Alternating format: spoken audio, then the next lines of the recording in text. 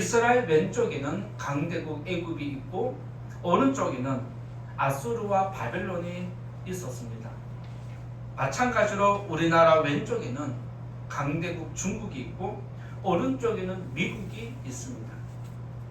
이스라엘은 북쪽과 남쪽으로 분단된 것처럼 우리나라 역시 지금 남쪽과 북쪽으로 분단되어 있는 나라입니다. 이스라엘은 사울과 다윗 그리고 솔로몬이 통치할 때는 한 민족이었습니다. 그런데 어느 순간 두 국가를 이루기 시작했습니다. 우리나라 역시 한 민족이었지만 6.25 전쟁을 통해서 지금까지 두 국가 체제를 이루어 왔습니다. 그동안 남한과 북한은 비록 분단되어 있었지만 백성들 생각 속에는 한 민족이라는 정체성을 지금까지 가지고 왔습니다. 그래서 가급적이면 협력하는 모습이 서로에게 있었습니다. 하지만 지금 북한의 김정은 정권이 세워지면서 한 민족 두 국가라는 체제가 지금 더 굳어지고 있는 것이 사실입니다. 한 민족이 남과 북으로 분단된 것도 고통이지만 더 안타까운 것은 또 다른 분열과 다툼이 주말마다 도심 곳곳에서 일어나고 있다는 것입니다.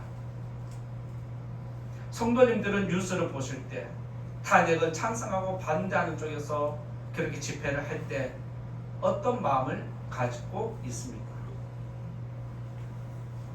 우리들은 찬성도 반대보다 이 민족을 아파하는 마음을 품어야 하는 거룩한 백성이 되어야 할 줄 믿습니다. 한 민족이 분단의 아픔을 겪는 원인과 이유가 있습니다.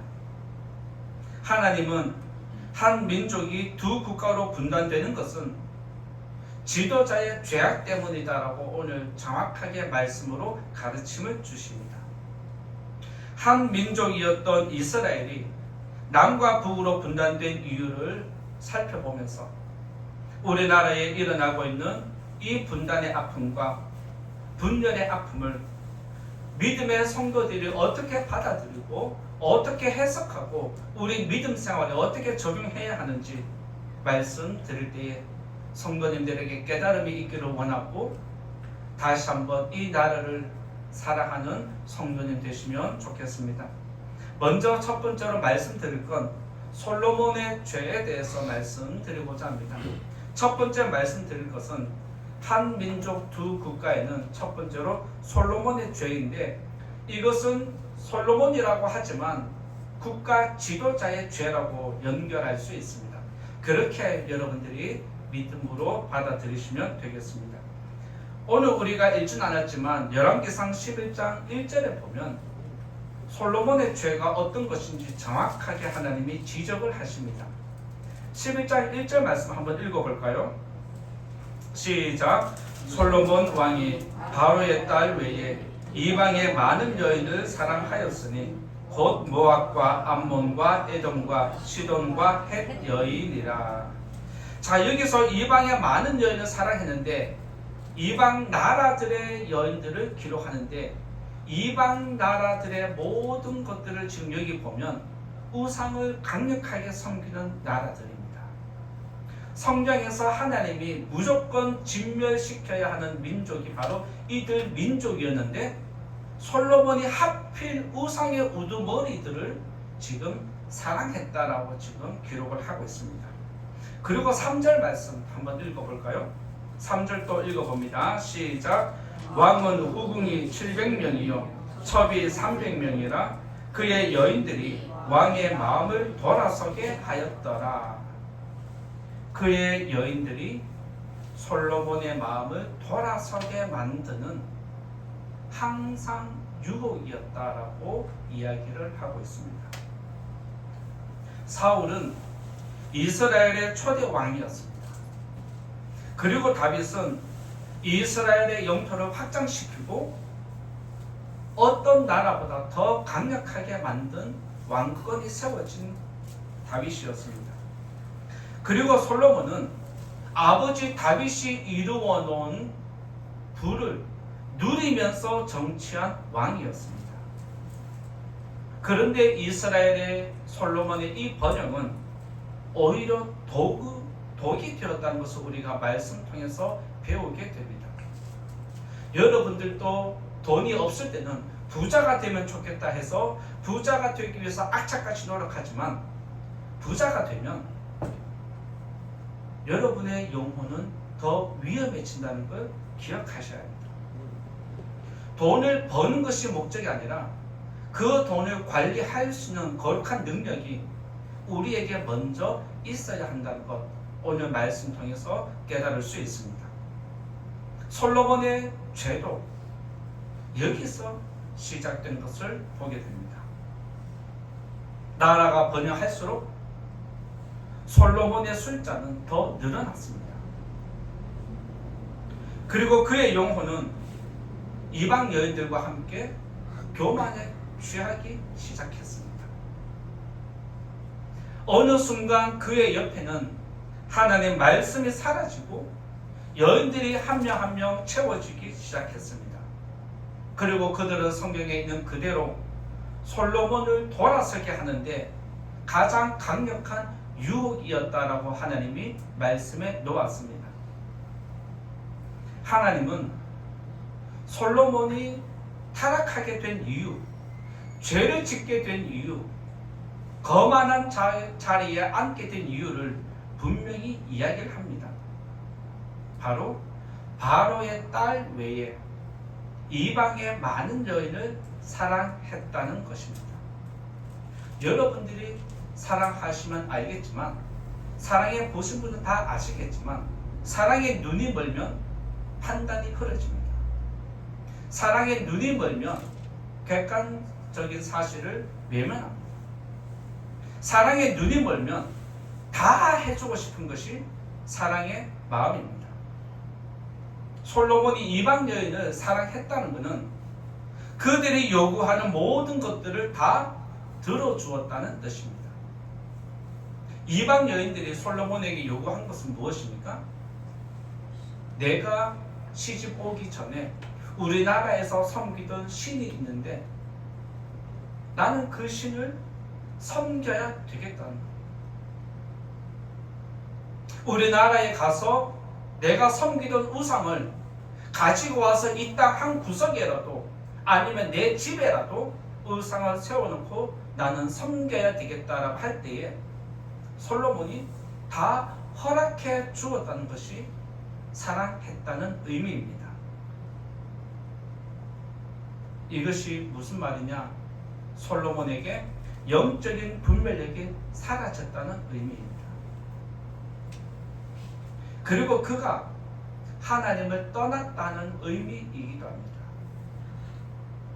하나님은 솔로몬에게 우상을 금했습니다. 솔로몬도 이 나라 가운데 하나님 외에 우상은 안 된다라고 알고 있는 왕이었습니다. 그럼에도 그는 여인들을 사랑하는 것 때문에 분별력이 흐려져서 여인들의 소원들을 하나하나 이루어지다 보니까 결국에는 여인들의 유혹에 넘어갔고 결국에는 그의 마음까지도 그의 몸과 마음이 하나님을 섬기는 성전보다 그 여인들이 섬기는 우상 앞에 더 많이 간 것이 솔로몬의 노후였습니다. 그래서 하나님은 이방 여인들이 솔로몬의 마음을 바꾸었다, 정확하게 지금 지적을 하고 있습니다.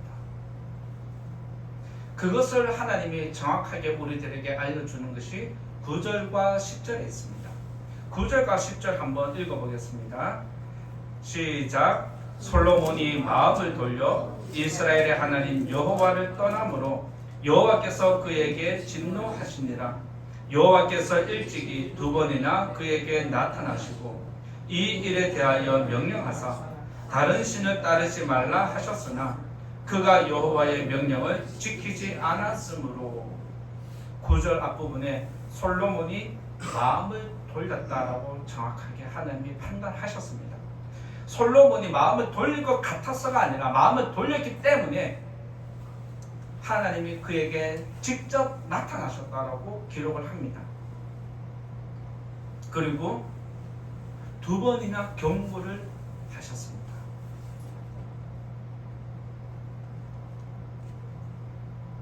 그럼에도 솔로몬은 10절 끝에 보면 그가 여호와의 명령을 지키지 않았다라고 그의 마음이 이제는 완전히 돌아섰다는 것을 이야기합니다. 하나님을 거부하고 우상을 섬기는데 이제 앞장서는 자가 솔로몬이 되었다는 것입니다. 솔로몬이 하나님을 떠나고 우상을 섬긴 것은 그 사람 한 사람의 개인의 죄라고 이야기할 수 있습니다. 그런데 하나님은 지도자 한 사람의 죄는 그만의 죄가 아니라 온 나라 전체가 죄를 짓는 것과 같다라고 동일시하십니다. 왜냐하면 지도자 한 사람이 우상을 섬기게 되면 그 사람의 죄를 보고 다른 백성들도 다 따라하게 된다는 것입니다. 정치인이 죄를 지으면 백성들은 저렇게 해도 되네라고 생각을 합니다. 그래서 정치인, 지도자의 죄가 백성들에게 미치는 영향력은 굉장히 큰 것입니다.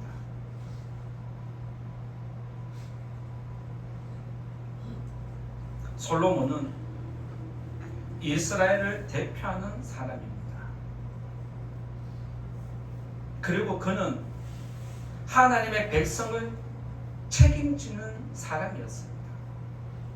그만큼 그 자리가 책임감이 막중함에도 불구하고 그는 그 책임감을 가볍게 여겼다는 것입니다. 그래서 솔로몬의 죄는 이스라엘 전체 죄와 같습니다. 지도자가 죄를 지었지 나는 죄를 안 지었다라고 이야기하지만 우리들도 은연중에 지도자들이 짓는 죄를 짓고 있다는 게 사실입니다. 지도자들의 죄는 크고 드러날 뿐이고 우리의 죄는 작고 안 드러나고 감출 수 있기 때문에 그것밖에 차이가 없습니다. 지도자의 죄는 이스라엘 백성 전체에 영향을 미쳤고 이때부터 이스라엘 땅 곳곳에 산당이 세워지고 우상을 섬기는 일이 확산되기 시작합니다.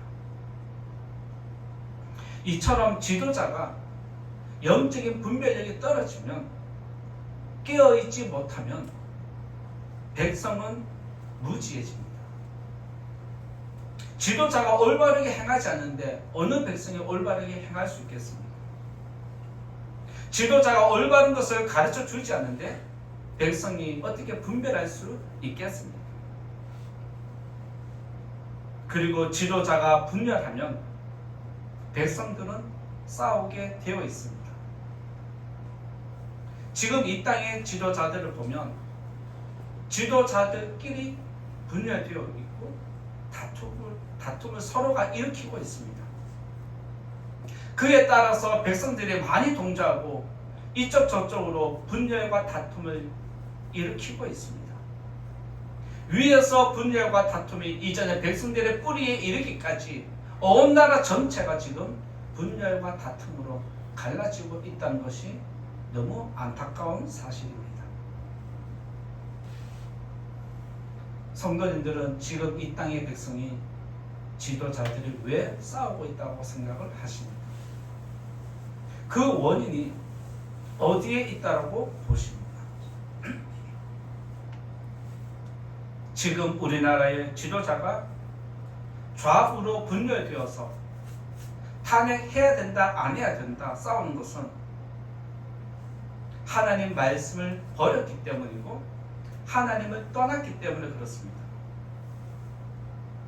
그들에게는 분별할 수 있는 능력이 지금 상실되어 있습니다.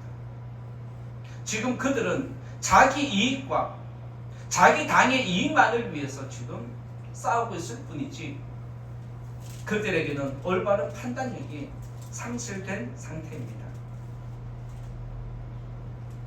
이 땅의 백성들이 지금 서로 싸우는 것도 지도자들 따라서 휩쓸려 가는 것 뿐입니다. 이 땅의 지도자들은 교만에 취했고 그의 백성들도 그 취함에 휩쓸려 있다는 것이 안타까운 사실입니다. 하나님을 떠나게 되면 어떤 지도자와 민족들도 분열이 일어나고 항상 다툼이 일어나기 마련입니다. 따라서 이 자리에 계신 저와 여러분들은 이 땅의 지도자들이 탐심에 이끌리지 아니하도록 세상의 유혹에 미혹되지 않도록 기도해야 하는 것이 저와 여러분이 해야 할 사명인 줄 믿습니다. 그리고 또한 지도자들에게 휩쓸려서 그들의 다툼에 휘말릴 것이 아니라 오히려 이런 때일수록 우리가 하나님 말씀을 가까이 하고 하나님 말씀으로 이 세상을 분별하면서 우리 영혼을 지켜야 하는 성도가 되어야 할 줄 믿습니다. 하나님 말씀으로 분별하시고 기도로 영적인 통찰력을 가지셔서 이 땅의 지도자들과 백성들을 위해서 그리고 여러분을 위해서 기도하시는 우리 모든 성도님 되시기를 예수님 이름으로 부탁을 드립니다. 두 번째로 말씀드릴 건 죄의 대가가 있습니다. 두 번째는 솔로몬이 죄를 지으면 반드시 죄의 대가가 따른 것을 보게 됩니다. 11절 말씀 같이 한번 읽어볼까요? 11절 말씀 같이 읽어봅니다. 시작. 여호와께서 솔로몬에게 말씀하시되 내게 이러한 일이 있었고 또 내가 내 언약과 내가 내게 명령한 법도를 지키지 아니하였으니 내가 반드시 이 나라를 내게서 빼앗아 내 신하에게 주리라. 하나님이 뭐라고 말씀하십니까? 11절 끝에 보면 내가 반드시, 이것은 하나님 뜻이 확정되었다는 뜻입니다. 무조건 내가 더 이상 뜻을 돌이키지 않겠다는 것입니다. 하나님은 솔로몬의 죄가 다 찼다는 의미를 지금 이야기하는 것입니다. 참을 만큼 참았고 인내할 만큼 인내했다는 것이 하나님의 마음입니다. 그러면서 하나님은 너의 죄가 너무 커서 나의 백성 이 나라를 너에게 온전히 맡길 수 없다라는 거예요. 그래서 하나님은 너의 나라를 분단시켜서 다른 사람도 아닌 너의 신하에게 이 나라를 맡기겠다라고 지금 하나님이 말씀하시는 겁니다. 그런데 오늘 또 우리가 말씀을 보면 솔로몬의 죄가 작고 그에게 내 백성을 맡기지 못하겠다 했음에도 불구하고 진노를 하는 중에도 하나님의 긍휼이 들어가 있는 것을 보게 됩니다. 12절 13절에 보면 하나님이 진노 중에 긍휼을 베푸는 모습이 나타나는데 한번 읽어보겠습니다. 12절 13절 시작. 그러나 내 아버지 다윗을 위하여 내 세대에는 이 일을 행하지 아니하고 내 아들의 손에서 빼앗으려니와 오직 내가 이 나라를 다 빼앗지 아니하고 내 종 다윗과 내가 택한 예루살렘을 위하여 한 지파를 내 아들에게 주리라 하셨더라. 하나님은 다윗을 생각해서 솔로몬에게 긍휼을 베푸십니다. 그것이 무엇이냐면 너는 다윗의 아들이니까 너의 죄가 가득히 찼지만 너에게서 나를 빼앗지 아니하고 너의 아들에게서 내가 나라를 빼앗겠다, 분단시키겠다 말씀하십니다. 그러면서 하나님이 한 번 더 긍휼한 마음을 품은 게 뭐냐면, 내가 다윗과 내가 택한 예루살렘을 위해서라고 그렇게 이야기를 하고 있습니다. 하나님은 다윗을 위해서, 그리고 내가 택한 이 땅 예루살렘을 위해서 한 번 더 긍휼을 베풀겠다는 것이 하나님의 마음이었습니다. 다윗을 생각해서, 예루살렘을 생각해서 12지파 중에서 10지파를 떼가고 너에게 한 지파는 붙여주겠다는 게 하나님이 긍휼한 마음을 품으신 겁니다. 만약 하나님이 다윗만 위했다라면 유다 지파만 남겼을 겁니다. 그런데 하나님은 예루살렘을 위해서 한 지파를 남겨주셨습니다. 이처럼 하나님은 죄가 가득히 차서 심판을 하시지만 그 땅 가운데 내가 선택한 백성이 있다라면 진노 중에도 항상 살 길을 열어주십니다. 믿으시기 바랍니다. 이 땅 가운데 하나님의 진노가 임한다 할지라도 하나님을 신실하게 섬기는 백성이 있다라면 진노 중에라도 이 땅의 백성들을 지켜주실 것입니다. 하나님이 솔로몬에게 이런 말씀을 주면서 그에게 세 번의 징계를 하십니다. 14절 말씀 한번 읽어볼까요? 솔로몬에게 주어지는 첫 번째 징계가 이것입니다. 14절 읽어보겠습니다. 시작. 여호와께서 에돔 사람 하닷을 일으켜 솔로몬의 대적이 되게 하시니 그는 왕의 자손으로서 에돔에 거하였더라.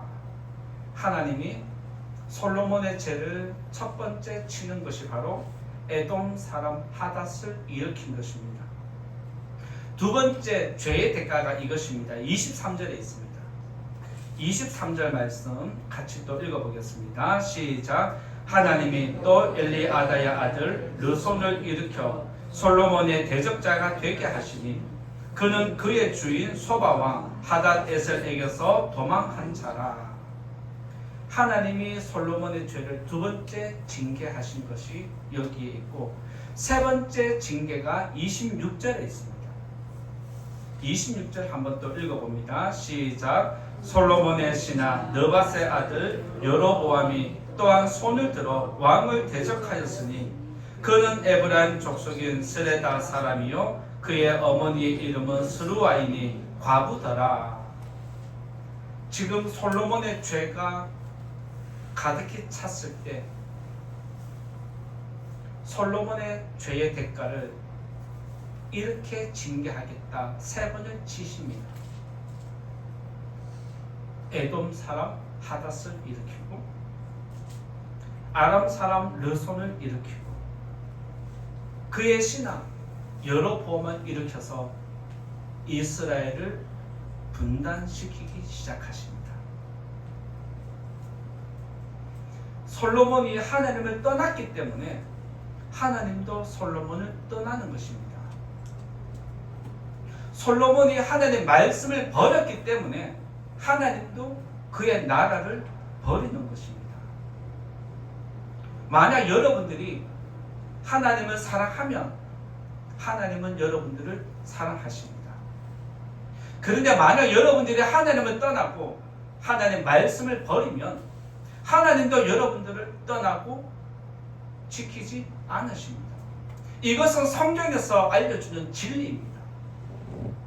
여러분들의 삶이, 여러분의 인생이 평안하기를 원하면 하나님 말씀을 가까이 하고 하나님을 떠나지 않도록 해야 합니다. 솔로몬은 하나님의 징계를 세 번을 맞습니다. 여기 기록되어 있는 하닷은 바로 왕 애굽으로 도망을 갔는데 바로 왕이 얼마나 그를 사랑했는지 자신의 아내 왕비의 여동생과 결혼을 시킵니다. 그리고 하닷은 에돔의 왕이 되어서 솔로몬이 있는 동안에 계속해서 그에게 고통을 일으키는 한 사람이 되었습니다. 그리고 여기 두 번째로 르손이 있는데 르손은 아람의 왕이 되었습니다. 그리고 그 역시 마찬가지로 솔로몬을 지속적으로 괴롭히는 눈의 가시 같은 존재였습니다. 이처럼 하나님은 하닷과 르손을 통해서 솔로몬과 그의 나라를 흔드는데 악한 도구로 사용한 것을 보게 됩니다. 그리고 하나님은 마지막으로 최후 수단으로 작정한 대로 그의 신하 여로보암을 일으켜서 이스라엘의 다툼을 일으키고 결국에는 분열을 시킵니다. 하나님이 내 신하를 일으켜서 우리나라를 분열시킨다고? 이걸 알게 된 솔로몬이 가만히 있겠습니까? 여로보암을 잡아오라고 명령을 내리는데 그 역시 애굽으로 도망을 갑니다. 그가 애굽 왕에게 도망가서 그 땅에서 은혜를 입는데 애굽 왕 시삭과 굉장히 친밀한 관계를 유지하게 됩니다. 그리고 솔로몬이 죽고 그의 아들 르호보암이 왕이 되었을 때 지난번에 설교한 대로 백성들이 르호보암에게 찾아가서 세금을 좀 감면시켜 주십시오. 우리가 굶어 죽겠습니다. 우리가 고통이 극심하니까 세금 좀 깎아 주십시오라고 했을 때에 르호보암은 이런 지하에 거절했어요. 그때 이스라엘 백성 10지파가 모여서 우리는 당신을 섬길 수 없다. 이제 우리들은 당신을 섬기지 않겠다라고 하면서 10지파가 한 마음이 되어서 애굽에 있는 여로보암을 불러옵니다. 그리고 여로보암을 우리의 왕으로 삼은 것이 이스라엘이 한 민족이지만 두 국가로 나누어진 원인이 되었습니다. 그리고 앞에서 잠깐 언급했지만 여로보암이 애굽에 도망가 있을 때 애굽 왕과 친밀한 관계를 유지했습니다. 그리고 여로보암이 12지파 중에서 10지파라는 강력한 나라를 형성하다 보니까 남유다 르호보암은 2지파밖에 되지 않습니다. 그러니까 힘이 약해질 수밖에 없습니다. 이 틈을 노려서 애굽 왕 시삭이 남유다를 침략하고 예루살렘 성전에 있는 많은 보화들과 왕궁에 있는 금은 패물들을 다 빼앗아가는 것이 성경에 기록되어 있습니다. 이처럼 하나님은 이스라엘의 다툼을 일으키고 백성을 분열시켜서 솔로몬의 죄를 징계하셨습니다. 왜 그렇게 하셨을까요? 솔로몬이 하나님을 떠났고 하나님을 버렸기 때문입니다. 하나님이 버리고 떠나면 어떤 왕도 어떤 나라도 그 체제를 유지할 수 없다는 것이 역사적인 사실입니다. 하나님은 이처럼 지도자들이 죄를 지으면 그 나라에 다툼을 일으키고 분열을 시킵니다. 그리고 그 지도자뿐만 아니라 그의 백성들까지 사방으로 흩어버리는 것이 하나님이 인류를 주관해 가는 사실입니다. 따라서 하나님은 온 땅의 주인이시고 한 나라의 지도자를 세우기도 하시고 무너뜨리기도 하시는 분이십니다. 지난 성탄절에 우리가 말씀드린 것처럼 하나님은 이 땅에 예수님을 탄생시키기 위해서 400년이라는 시간 동안 다윗의 가문이 끊어지지 아니하도록 계속해서 가문의 씨를 이어갈 수 있도록 유지해 오셨고, 결국에는 다윗의 가문을 통해서 예수님이 이 땅에 탄생했다라고 하면서 하나님은 역사의 주관자라고 말씀드린 적이 있습니다. 하나님은 세상의 주관자이실 뿐만 아니라 온 인류의 역사를 주관해 가는 분이십니다. 따라서 세상에서 일어나고 있는 모든 일은 하나님 손에 있습니다. 이 나라의 운명도 하나님 손에 있습니다. 하나님은 전쟁과 분열을 통해서 세상의 지도자들의 죄와 그 땅의 죄를 심판하십니다. 지금 이 땅에 일어나고 있는 분열과 다툼은 그동안 이 땅의 지도자들이 정의와 공의를 실현하지 못하고 그들의 죄를 쌓았기 때문입니다. 또한 그들의 죄를 본받아서 이 땅의 백성들이 죄를 쌓았기 때문에 지금 이 땅에 우리가 원하지 않지만 하나님의 징계를 당하고 있습니다. 비록 지금은 고통의 시간이 우리에게 주어져 있지만 때가 되면 하나님의 징계는 끝이 나게 될 것입니다. 그리고 하나님의 심판이 끝나면 회복의 시간이 우리에게 주어질 것입니다. 하나님께서 다윗을 생각하시고 남유다를 지켜주신 것처럼 하나님은 기도하는 백성과 그의 나라를 반드시 지켜주십니다. 이 땅에 상처가 회복되고 다시 새로운 날이 임할 때까지 이 나라를 위해서, 이 땅의 백성을 위해서, 여러분의 삶을 위해서 기도하시는 저와 여러분 모두가 되기를 예수님 이름으로 부탁을 드립니다. 하나님께서 이 땅의 아픔을 속히 회복시켜 주시기를 예수님 이름으로 축원드립니다. 이제 결론의 말씀 드립니다.